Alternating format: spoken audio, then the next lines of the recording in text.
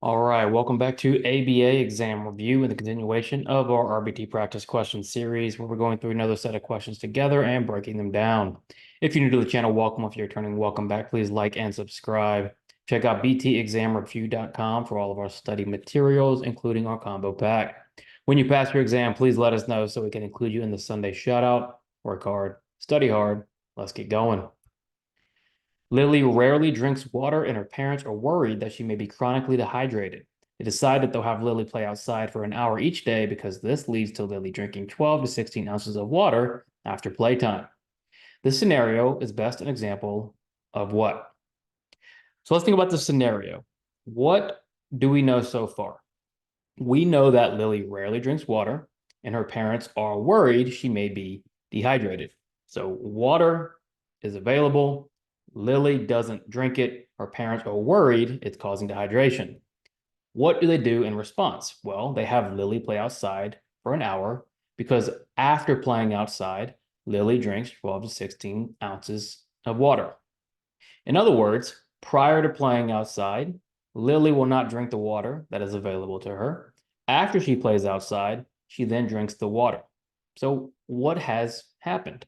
Well, the value of water has increased after playing outside. Playing outside has made Lily want that water more. And when we talk about the value of something or wanting or not wanting something, we are referring, of course, to A, motivating operations. Lily, after playing outside, has been deprived of water long enough, and the value of water has increased enough that Lily now wants to drink the water. So her parents are manipulating these motivating operations. It's not a discriminative stimuli because the water is always available. Remember, an SD signals something is available. The water is available whether Lily plays outside or not.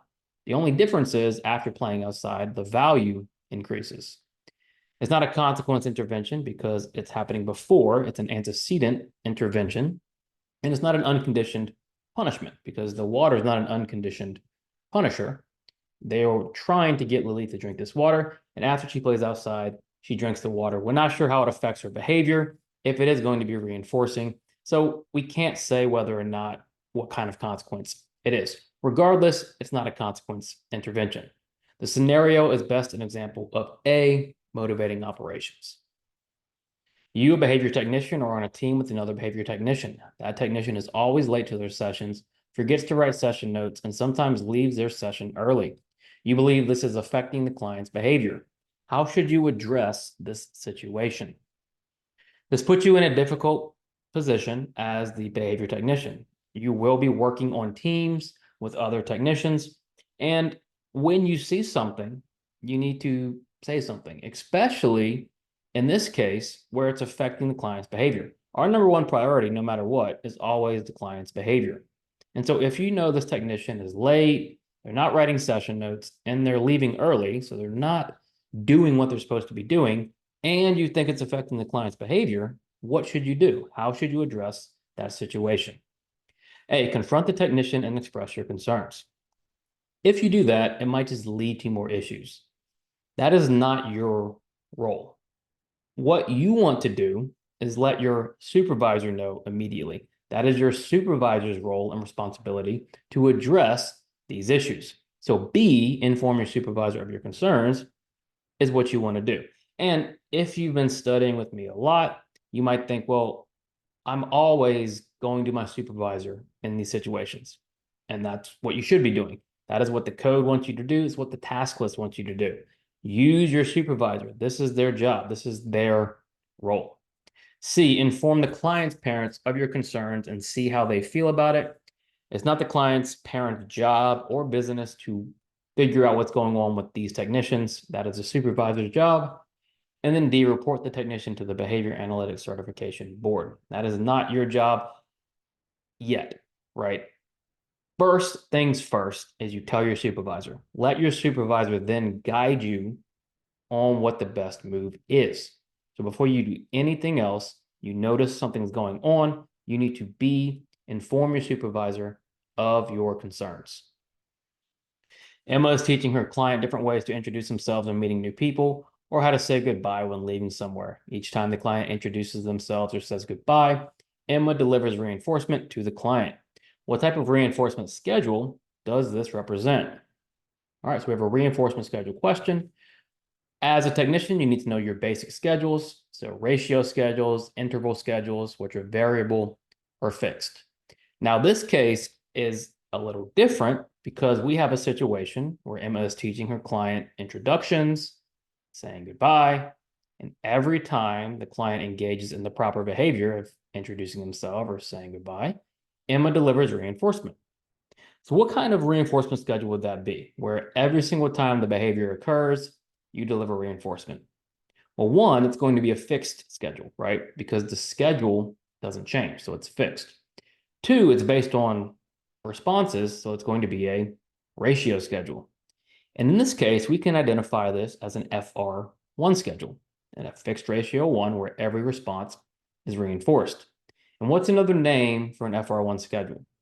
Well, A, we know it's not a variable ratio schedule because the schedule isn't variable, it's fixed, it's not changing. We know it's not B, it's not an interval schedule. Interval has to do with time. We're concerned with responses here. C, continuous reinforcement. Well, we said we have an FR1 schedule, and an FR1 schedule is the same thing as a continuous reinforcement schedule. They go hand in hand.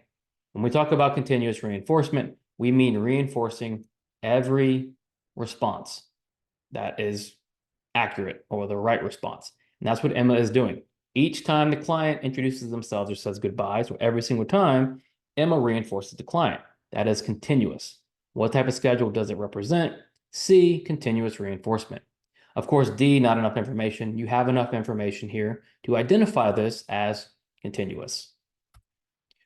Rachel, a behavior technician, is teaching Ben to respond to the instruction, sit down. She consistently delivers the instruction and only provides reinforcement when Ben sits down in response to the instruction. Over time, Ben begins to sit down only when Rachel says, sit down. What is demonstrated here? Let's think about this. What do we know so far? Because we're trying to identify what is demonstrated here, which is kind of vague. We know Rachel teaches Ben, or is teaching Ben to respond to sit down. So the SD is sit down. She gives that instruction over and over and over and over again consistently and gives reinforcement only when Ben sits down in the presence of that SD. Then eventually, when Rachel says sit down, Ben does it. So what has Rachel established here? Has she established generalization? Well, from this information, no. Because all we know is Rachel says sit down, Ben says sit down, or when Rachel says it. We don't have any examples of generalization necessarily in this case. What about B, shaping? Well, be careful, right? With shaping, we're looking at approximations. In this case, Rachel's only giving the one instruction where she says sit down, Ben has to sit down. There are no approximations, so we're not necessarily shaping. What we have is stimulus control. Stimulus control occurs when a behavior changes in the presence of a certain stimuli.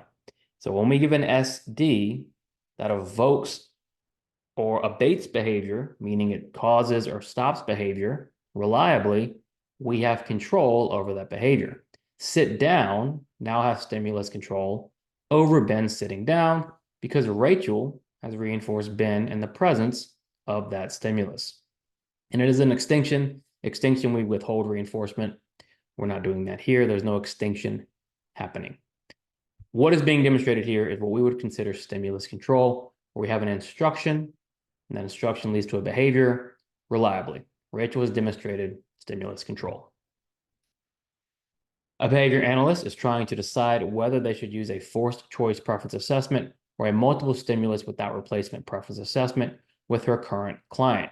What is the primary objective of either of these preference assessments? Let's not overthink this. Question is asked a little differently, but what is our objective when conducting a preference assessment? What is our entire goal of the preference assessment? Whether we use forced choice, whether we use multiple stimulus, what are we trying to accomplish? A, identify reinforcers for the client. Does a preference assessment identify the reinforcer? It does not. What it does is B, it identifies potential reinforcers, and that distinction is important. We have reinforcer assessments to identify reinforcers. Preference assessments only identify potential reinforcers. So the objective, no matter what assessment you're using preference-wise, is to identify those potential reinforcers. C, identify potential skill targets. The preference assessment is not identifying skills. And then D, increase the client's behavior in the future. That, of course, has nothing to do with our preference assessment. If we identify reinforcement and we use reinforcers and reinforcement, then we can increase future behavior. But the preference assessment simply identifies what do they like, what do they not like. These are potential reinforcers for the client. Thank you for watching. Check out btexamreview.com for all of our study materials. When you pass your exam, please let us know so we can include you in the Sunday shout out. Work hard, study hard. See you soon.